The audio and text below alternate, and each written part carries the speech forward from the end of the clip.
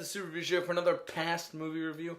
I'm going to be reviewing Iron Man that came out back in 2008 and launched the Marvel Cinematic Universe.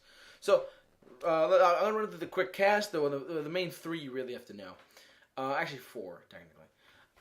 And then I'm going to go into some plot details, and then that's about it. I'll give my rating, whatever. So, basically, Iron Man launched the Marvel Cinematic Universe to what we know as today.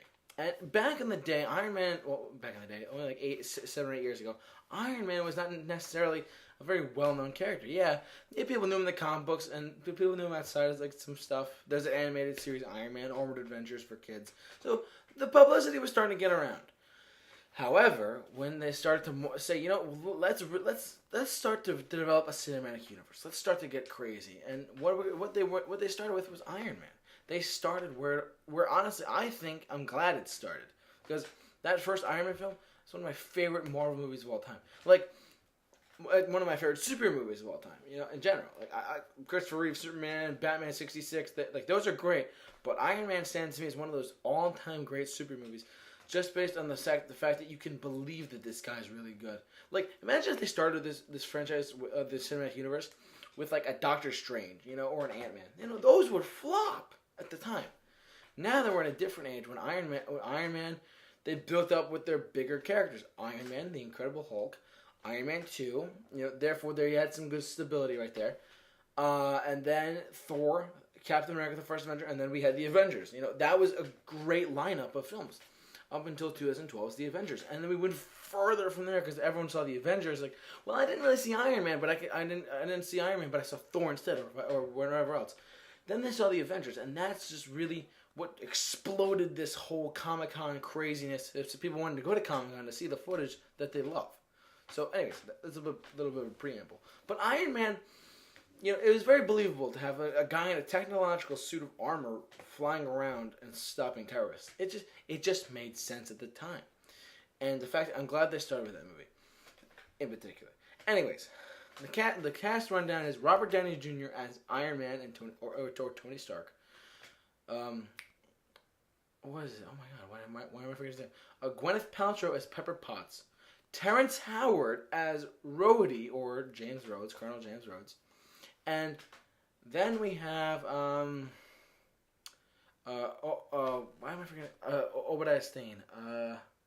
Jeff Bridges as Obadiah Stane. Sorry, forgive me, I saw this movie years ago.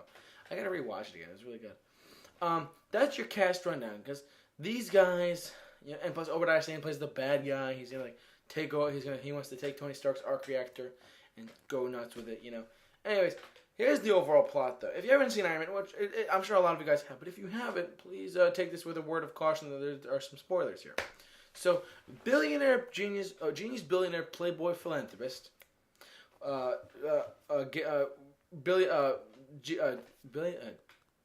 genius billionaire playboy philanthropist Tony Stark. Sorry about that. Decides to go playing, and it opens with him in casino. He's filthy rich. He's got all this women, money. He's got all this stuff, right? And so there's that, right? And then all of a sudden he's also an arms dealer for the military because he's designed new weapons to handle certain terrorist groups. However, the terrorist groups got a hold of his weapons, thus leading into Iron Man. So he takes a trip out to the Iraqi-Irani desert, where apparently the 10 Rings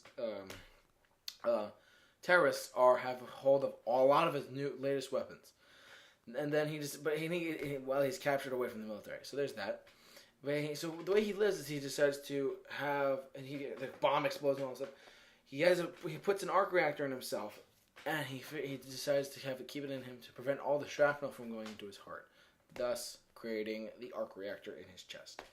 Okay, so that's crazy enough, right? I mean, not only that, he eventually escapes by building this suit of armor, and he decides to just go nuts. He's like, and it can barely fly. It just has flamethrowers. It's a very nice prototype.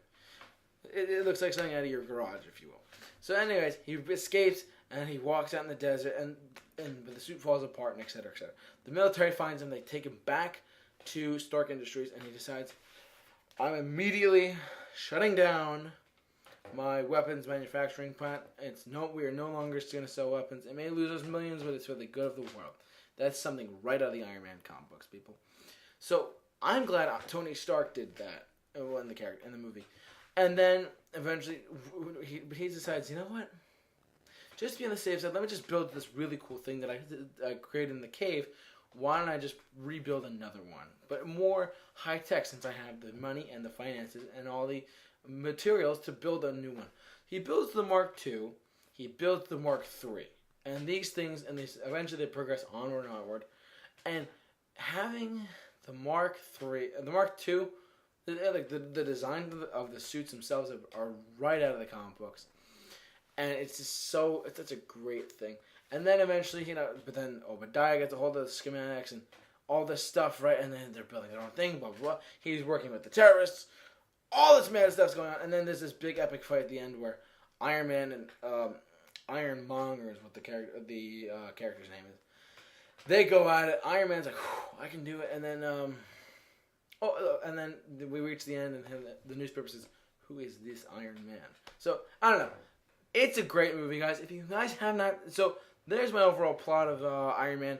The cast rundown, like I said, was Robert Downey Jr., Gwyneth Paltrow as Pepper Potts, Terrence Howard as Rhodey, and Jeff Bridges as Obadiah Stane.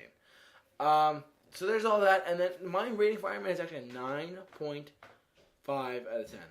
This movie, guys, like I said, Iron Man is one of those movies, for me at least, that really sticks out in my brain. It's one of the...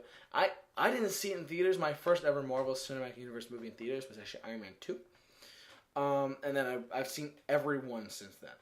But Iron Man launched the cinematic universe, and at the same time, it's a great standalone movie on its own. So there's that. But anyways, this has been my review for Iron Man, guys. What do you guys think about this? Are you a big Iron Man fan? Share this review with all your friends and family. Keep it locked to the Review Show for any more past movie reviews. And for this Iron Man review, I'm J-Man. I'm off to work, and I'll see you guys later.